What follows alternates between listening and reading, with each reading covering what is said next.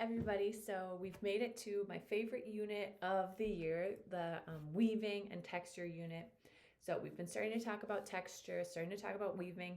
Today's the day we're going to start making our loom. So what you'll need from your little kit, grab out cardboard, ruler, scissors, and then something to write with. I'm going to use a marker so it's nice and dark and you can see it on the screen, but pencil, crayon, anything is fine. All right, so we'll go through all the steps first so you can see it, and then I'll recap them at the end, and you can feel free to watch this video again, do it along with me as many times as you need to help you get this step right. Okay, so first thing we're going to do is line up our ruler at the top of our cardboard and then just make kind of this baseline across. So I've got that line across the top, same thing at the bottom. Line up your ruler and create your line across. So that's step one.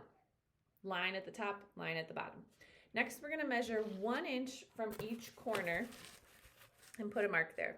So line up your ruler so the 0 is right at the edge, and then make a mark at the 1. Same thing on the other side. So this time I'm going to line up my ruler so the 1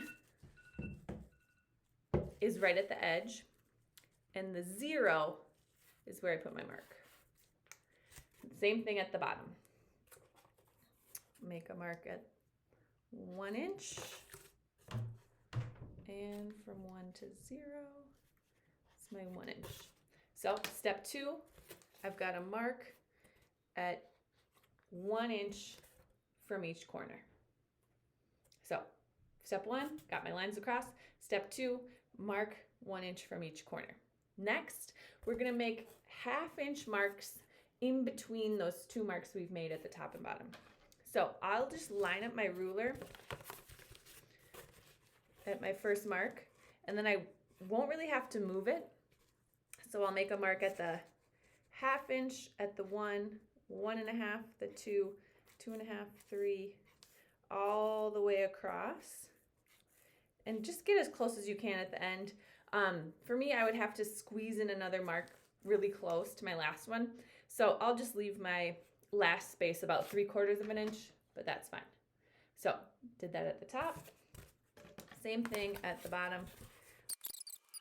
So step 3, we've got our 1/2 inch marks all the way across the top and bottom.